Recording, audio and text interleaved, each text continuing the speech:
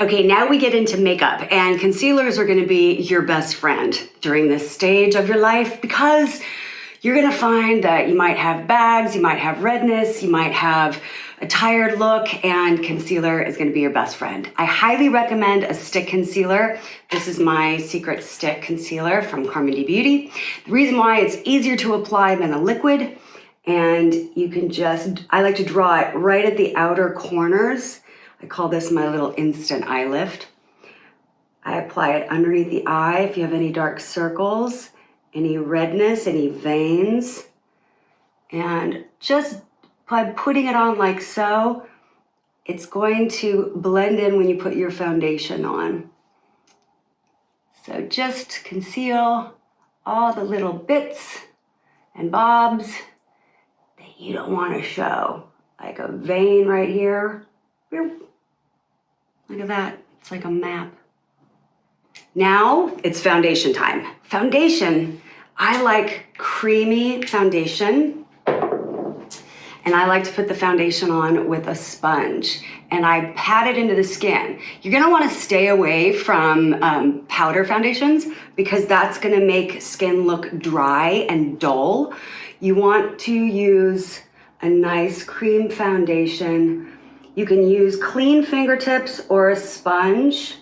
If you like to use a foundation brush, you can do that as well. Dealer's choice. But I like to use a sponge. And see, I'm just patting it over where we applied the concealer. And it just kind of blends in and makes everything disappear. See how nice that's blending? So I'm just lightly tapping.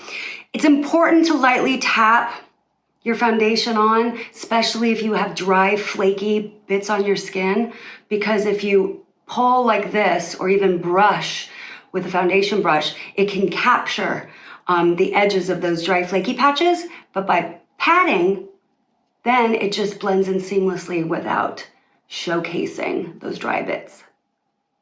Always get your lids and underneath your lower lash line. The reason why? This acts like a shadow base. So your eye makeup will have something to adhere to.